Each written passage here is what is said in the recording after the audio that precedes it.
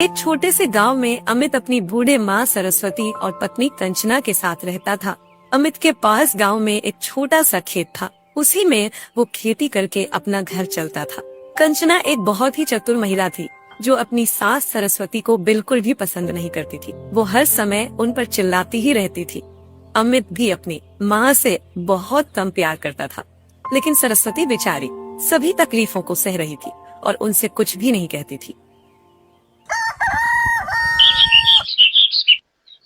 सुबह होते ही अमित खेतों पर काम करने के लिए चला जाता है।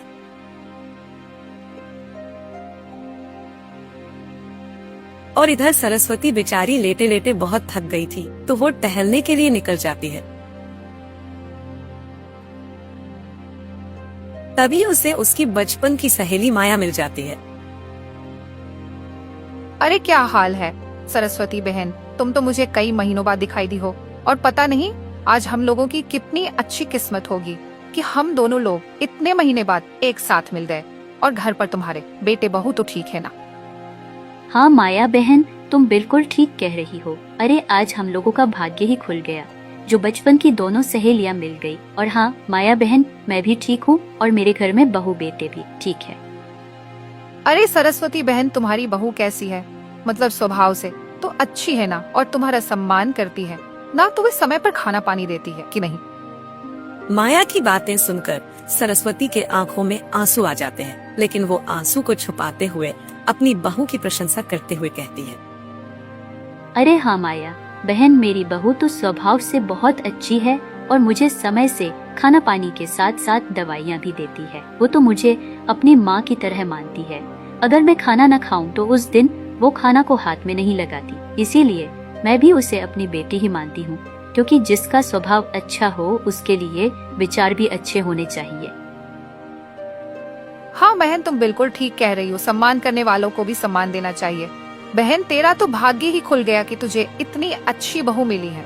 भगवान करे तेरी जैसी बहू हर किसी को मिले। और हाँ सरस्वती बहन, तुम अपनी बहू को कभी भी ताना मत मारना, क्यों बेचारी तुम्हारे लिए इतना कुछ करती है कि कोई ना कर सके। हे भगवान, ऐसी बहू पूरी दुनिया में किसी को ना मिले। फिर वो दोनों थोड़ी देर बातें करने के बाद अपने अपने घर जाने लगती है। सरस्वती जब घर में पहुंचती है तो उसकी बहू खड़ी हुई थी, जो अपनी आंखें लाल पीली कर रही थी और चिल्लाते हुए कहती है। अरे महारानी, अब आप कौन सी यात्रा पूरी करके आई हो? अरे भाई, अगर तुमसे कभी कुछ काम के लिए कह दिया जाता है तब तो तुम कहती हो तुम्हारे हाथ पैर दर्द कर रहे हैं, तो इतनी ताकत नहीं है कि झाड़ू भी लगा सको। लेकिन घूमने के लिए तुम पूरा गांव घुमाओगी, तब तुम्हारा ना ही हाथ पैर दर्द करेगा और ना ही ताकत कम होगी। अरे बहू, लेटे लेटे मेरी कमर दर्द करने लगी थी और वैसे भी मेरी तबीयत कभी ठीक रह भी नहीं पाती। इसीलिए मैं गांव में घूमने के लिए चली गई थी। और तुम्हें पता है, वहाँ पर मेरी बचपन की सहेली माया मिल गई थी, तो उसके साथ बातें करने में थोड़ा समय हो गया। वही तो मैं कह रही थी कि तुम्हें इधर उधर घूमने में और फालतू की बातें करने में बहुत मजा आता है, लेकिन काम करने में तुम्हारी प्राण निकल जाते हैं। कंचना के मुंह से इतनी कड़वी बातें सुनकर वो बहुत दुखी होती है, क्योंकि कंचना उसके साथ बहुत गलत व्यवहार कर रही थी। लेकिन सरस्वती को बहुत भूख लग रही थी, तो वो कंचना से प्यार भरी बातों में कहती है। बहू बेटी, मुझे बहुत जोर से भूख लगी है, तो तुम मुझे खाना दे दो। मैंने सुबह से कुछ भी नहीं खाया है, इसीलिए और भी ज्यादा भूख लगी है। अरे अब खाना खत्म हो गया है, तो जब मैं शाम को खाना बनाऊंगी तब खा लेना। वैसे भी इस उम्र में 1-2 दिन खाना चाहिए। उसकी बात सुनकर सरस्वती को बहुत बुरा लगता है, लेकिन वो बेचारी चुप ही रहती है। रात होने पर जब अमित घर आता है तो अपनी माँ से कहता है। अरे माँ, आपने खाना तो खा लिया होगा, क्योंकि वैसे भी आज खाना तो आपके मनपसंद का ही बना है, तो आपको आज खाने में हर रोज से ज्यादा मजा आया होगा ना? हाँ बेटा, खाना तो सच में स्वादिष्ट था, इसीलिए मैंने आज कुछ ज्यादा ही खाना खा लिया है, क्योंकि मनपसंद चीज खाने में बड़ा ही मजा आता है।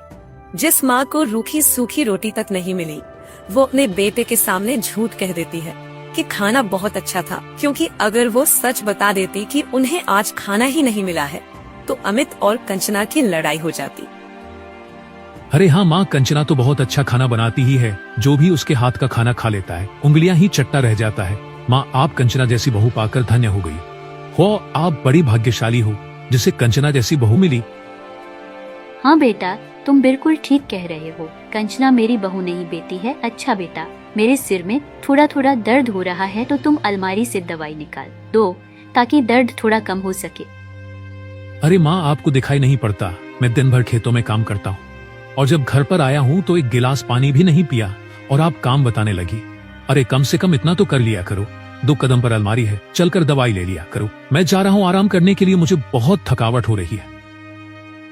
ठीक है बेटा, तुम जाओ आराम करो और मुझे माफ कर देना, मेरी गलती हो गई कि मैंने तुमसे अलमारी से दवाई निकालने के लिए कहा। अमित गुस्से में वहाँ से सीधे कंचना के कमरे में चला जाता है।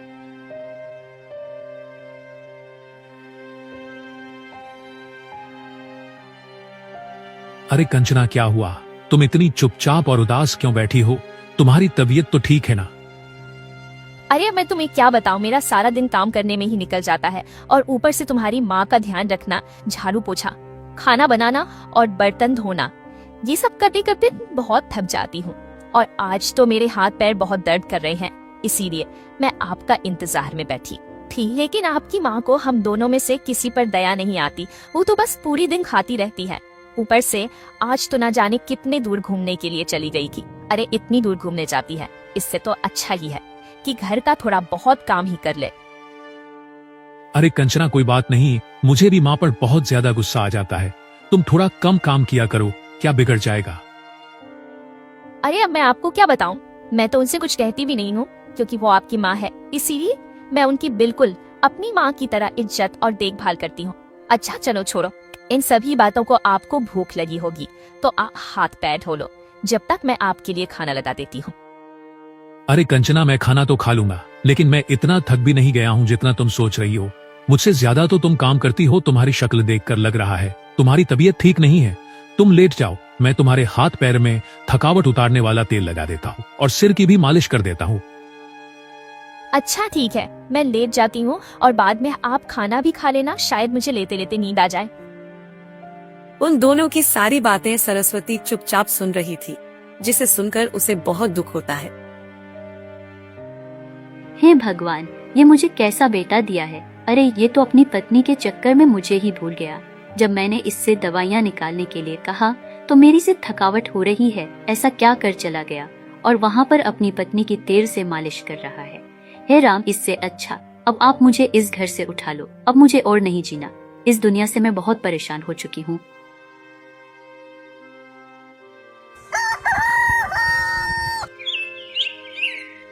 ऐसे ही कुछ महीने बीत जाते हैं। अब कंचना को सरस्वती पर पहले से बहुत ज्यादा गुस्सा आने लगा था और कंचना सरस्वती को देखना तक नहीं चाहती थी। इस बुढ़िया से मैं बहुत परेशान हो गई हूँ। ये दिन भर खाती रहती है और आराम करती रहती है। इसकी वजह से ये घर नरक बन गया है। अब कुछ भी हो जाए, मुझे चाहे कुछ करना पड़े, मैं इस बुढ़िया को अपने घर से निकाल कर ही रहूंगी। दूसरी ओर अमित खेतों में काम कर रहा था। तभी उसके पास गांव का एक व्यक्ति आता है। अरे अमित भाई, कैसे हो? तुम तो आज इतने जल्दी खेतों पर आगे, लगता है पूरे गांव में सबसे अच्छी फसल तुम्हारी ही आएगी। अरे भाई, क्या करूं? खेती नहीं करूंगा तो काम कैसे चलेगा? वैसे भी मुझे इस बार फसल जल्दी से मंडी में बेचनी है ताकि अपनी पत्नी के लिए गहने ले सकूं और घर का खर्च भी अच्छे से चला सकूं। हाँ, पत्नी से याद आया कि तुम्हारी पत्नी का स्वभाव कैसा है। वो तुम्हारा अच्छे से ध्यान रखती है कि नहीं, और तुम्हारी माँ का ध्यान रखती है कि नहीं? अरे भाई, अब मैं तुम्हें क्या बताऊं मेरी पत्नी का स्वभाव कैसा है। मेरी पत्नी तो इतना काम करती है जितना काम गांव की कोई महिला नहीं करती होगी। और मेरी माँ तो बहुत भाग्यशाली है कि उन्हें कंचना जैसी बहू मिली। कंचना मेरी माँ का इतना ध्यान रखती है कि समय पर खाना, पानी, दवाइयाँ बिस्तर पर देती है और हर रोज उनके पैर दबाती है। चलो अच्छा है कि तुम्हारी बूढ़ी माँ का ध्यान रखने वाली तुम्हें एक अच्छी सी पत्नी मिली है, और सच में तुम्हारी माँ तो बहुत भाग्यशाली है। अच्छा ठीक है भाई, अब मैं चलता हूँ, मुझे भी मेरे खेतों में काम करना है।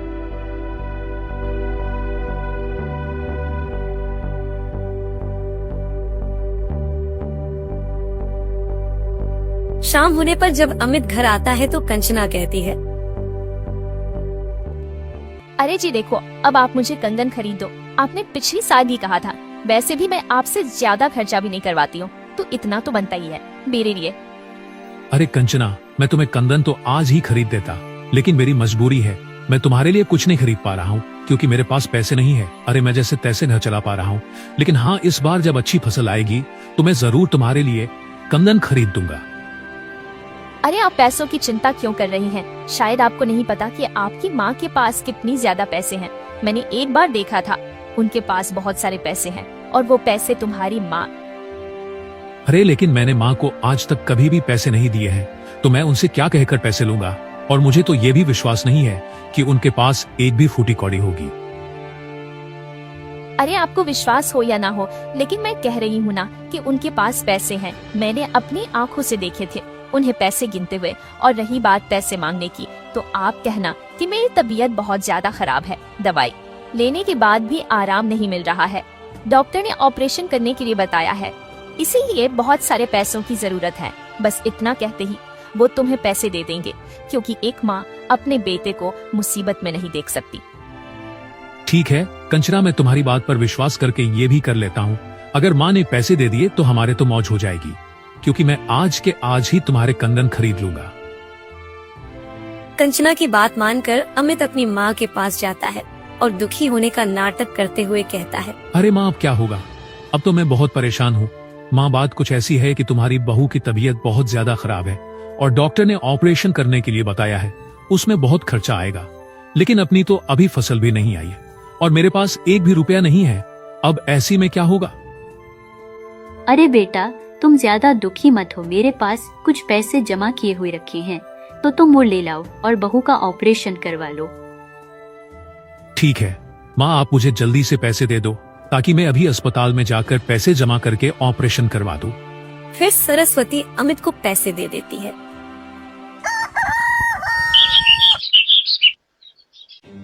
देखो जी, अब तुम्हारी माँ की तबीयत बहुत ज्यादा खराब रहने लगी है और उनकी दवाई का खर्चा भी पहले से बहुत ज्यादा बढ़ गया है। इसीलिए अब हमारे पैसे भी फालतू में बर्बाद हो रहे हैं। तो आप कुछ ऐसा करो, तुम्हारे इस घर को छोड़कर चली जाए। हाँ, तुम ये बात बिल्कुल ठीक कह रही हो कि हमारे पैसे बेफालतू में माँ की दवाइयाँ में बर्बाद हो रहे हैं। लेकिन अगर मैंने अपनी माँ को ऐसे घर से भगाया तो गांव के लोग देखेंगे। ऊपर से मुखिया जी मुझे कड़ा दंड भी दे सकते हैं। लेकिन अगर माँ की दवाइयाँ में ऐसे ही पैसे बर्बाद होते रहेंगे तो हम कंगाल हो जाएंगे। हाँ, बात तो आप बिल्कुल ठीक कह रहे हो, लेकिन मेरे दिमाग में एक तरीका है जिससे पूरे गांव में किसी को पता भी नहीं चलेगा और तुम्हारी माँ भी हमारे घर से हमेशा हमेशा हमेशा के लिए चली जाएंगी। तरीका कुछ ऐसा है, 5-10 रुपए ही खर्च होंगे। इतने पैसे में तुम्हारी माँ घर से चली जाएगी। अच्छा, ऐसा क्या तरीका है कि इतने कम रुपए में माँ यहाँ से चली जाएगी? चलो जल्दी से तुम मुझे वो तरीका बताओ। शायद हमारे लिए वो तरीका किसी वरदान से कम ना हो। देखो, आप आज ही शहर जाओ और वहाँ से एक दवाई ले लेना जो व्यक्ति को बेहोश कर देती हो, और उस दवाई को मैं खाने में मिला दूंगी, और जब उस खाने को तुम्हारी माँ खाएंगी तो बेहोश हो जाएगी। तो उन्हें रात में कहीं दूर जाकर फेंक, जैसे कि जंगल, यहाँ पहाड़ियों में। बस फिर हम दोनों ही इस घर में सुख शांति से रहेंगे। हाँ कंचना, ये तरीका तो बहुत अच्छा है। ठीक है, मैं अभी शहर जाकर बेहोशी की दवाई लेकर आता हूँ और फिर आगे तुम जैसा कहोगी मैं बिल्कुल वैसा ही करूंगा।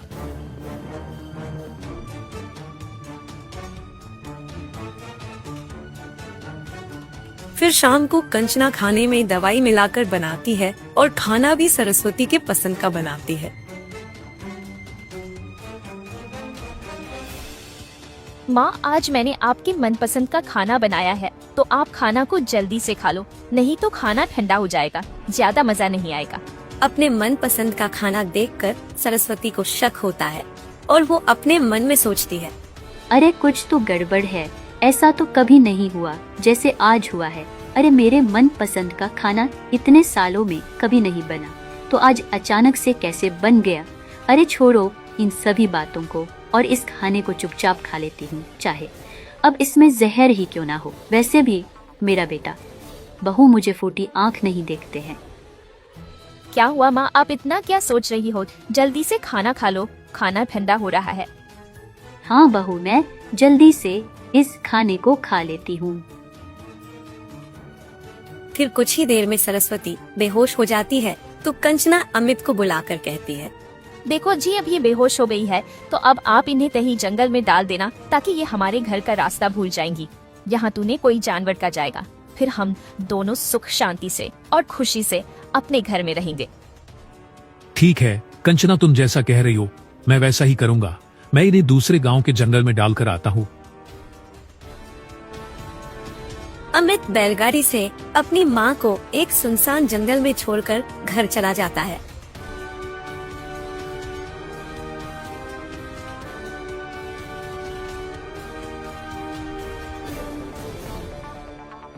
कुछ देर बाद सरस्वती को होश आ जाता है तो वो अपने आप से कहती है, अरे मुझे तो पहले ही शक था कि आज मेरे साथ कुछ ना कुछ जरूर बड़ा होने वाला है, क्योंकि कभी भी मेरे मनपसंद का खाना नहीं बनाया गया था और आज अचानक से मेरे मनपसंद का खाना बनाया गया। अब मैं समझी उस खाने में बेहोश होने की दवाई मिलाई गई थी, जिसे खाने के बाद में बेहोश हो गई और उन दोनों ने मौका पाकर मुझे इस सुनसान जंगली जानवरों वाले जंगल में छोड़ दिया। जो हुआ अच्छा ही हुआ। जब अपना बेटा होकर मुझे नहीं प्यार करता था तो बहू तो वैसे भी दूसरे घर की थी। हे भगवान, ऐसे बेटे से तो अच्छा था कि मुझे कोई बेटा ही नहीं होता। पता नहीं मैंने पिछले जन्म में कौन से पाप किए होंगे जिसका फल मुझे ऐसा मिला। ऐसा कहकर वो जोर जोर से रोने लगती है। तभी उसके रोने की आवाज सुनकर वहाँ पर एक व्यक्ति आ जाता है। अरे माता जी, आप कौन हैं और इतनी रात में इतने घने जंगल में क्या कर रही हैं? आपकी शक्ल देखकर साफ साफ पता चल रहा है कि जरूर आपके साथ कोई बड़ी घटना हुई है। कृपया करके आप मुझे बताइए आपके साथ क्या हुआ है। अरे बेटा, अब मैं तुम्हें क्या बताऊं? सरस्वती राम को सारी बातें बता देती है। क्या आपके बहू बेटे ने आप पर इतना अत्याचार करके आपको जंगल में छोड़ दिया? हे राम, तेरी भी लीला अपरंपार है। जिसे माँ की जरूरत है उससे बचपन में ही उसकी माँ छीन ली, और जिसे माँ का प्यार दिया उसने उसे प्यार नहीं जहर मिला दिया। माता जी, मेरा नाम राम है और मैं पास ही में एक छोटी सी झोपड़ी में रहता हूँ। मेरे माँ बाप बचपन में ही एक दुर्घटना में दुनिया छोड़कर चले गए। जब से मैं अकेला ही रहता हूँ और आपको पता है मैं प्रतिदिन भगवान से अपने माँ बाप के लिए प्रार्थना करता था। लगता है भगवान ने मेरी प्रार्थना सुन ली। उन्होंने आपके रूप में मेरी माँ मुझे वापस कर दी। माता जी, अगर आप बुरा न माने तो आप मेरे साथ चलिए। मैं आपका अपनी माँ की तरह ध्यान रखूंगा और पूरी कोशिश करूंगा कि आपको किसी भी चीज की कमी महसूस ना होने दूं। वैसे मेरे पास ज्यादा धन संपत्ति नहीं है, लेकिन अब जितनी भी है वो सब आपकी ही है। अब कृपया करके आप मेरे साथ मेरी झोपड़ी में चली है। रात काफी हो रही है। यहाँ पर जंगली जानवर भी आते जाते रहते हैं, इसीलिए इतनी रात में यहाँ पर रुकना ठीक नहीं है। उस दिन से सरस्वती राम के साथ रहने लगती है और राम भी सरस्वती का बहुत ध्यान रखता था और अपनी माँ की तरह सरस्वती से प्यार भी करने लगा था।